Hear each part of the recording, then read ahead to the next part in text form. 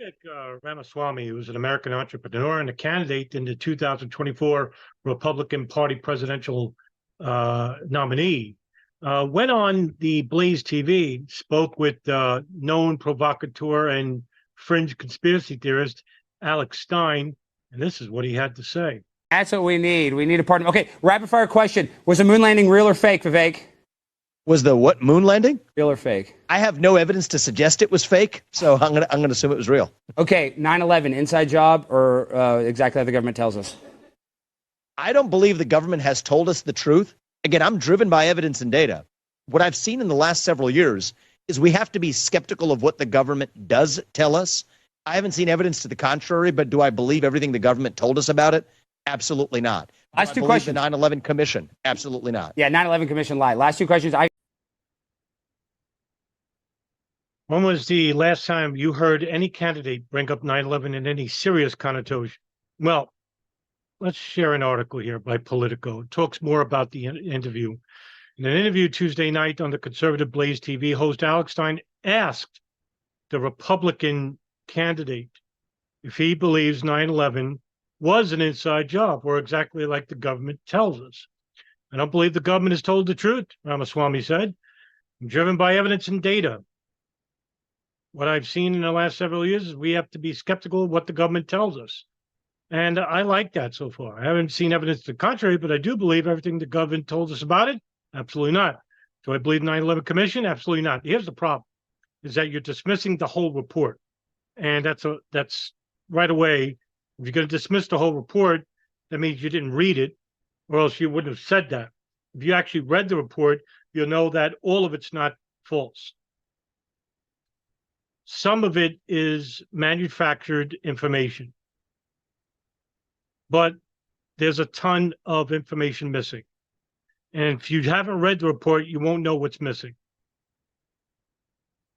And if you're getting, and I want to talk about this in a bit because I feel that, this is going to be important enough in the long run, because if we're going to have somebody who's actually running for president of the United States in 2024, talk about 9/11, wow, this is the time to do it, because we have a number of people who are questioning the government narrative, like Donald Trump and Ramaswamy. Now, if Trump starts running, remember back in 2016, he actually did talk about 9/11 to an extent, but then left it alone. But if we have enough responsible people to talk with Ramaswamy, to bring attention to the information of an actual anomaly relating to the attacks, well, now we're getting somewhere. And it only took 23 years to do this. But if Ramaswamy goes with the Alex Steins of the world, or the Glenn Becks, or the Alex Jones, or the Barbara Honeckers and everybody else, Jason Bermas and all the other no-planers, it's over. 9/11 will be finished. It'll go the way of JFK, no matter who's left in the sphere. I don't have a big channel, neither does Nelson. And, we don't have, there's a few good researchers, but we don't have big channels. Tim Pool's not going to talk about it. Glenn Beck's not going to talk about it. Alex Jones is not going to talk about it. They're going to talk about this, the ridiculous things. No planes, no hijackers, living hijackers, or, moon ray beams, whatever. All these holograms and all this stuff. They're not going to talk about the Israeli art student ring, not the ones in the World Trade Center, the ones in Texas, Houston, Florida, New York, New Jersey, Oklahoma, Minnesota, San Diego, California, Los Angeles, California, Arizona. They're not going to talk about that. They're not going to talk about the Israeli moving companies who are actually monitoring members of the Hamburg cell who were involved with depiling the planes of 9/11. No, they're not going to talk about the NSA monitoring the Yemen hub in Yemen, which was the Al-Qaeda communications hub worldwide. Not going to talk about tapping bin Laden's phones in the early 90s. Not going to talk about any of these things, because these things actually happened. And to them, this represents the official narrative. They live in such a warped view of 9/11 that they think that the government is so omniscient, so omnipresent, it could do whatever it wants, creates whatever it wants, does whatever it wants. And that's a belief. That's fringe thinking. That's really irrational thinking.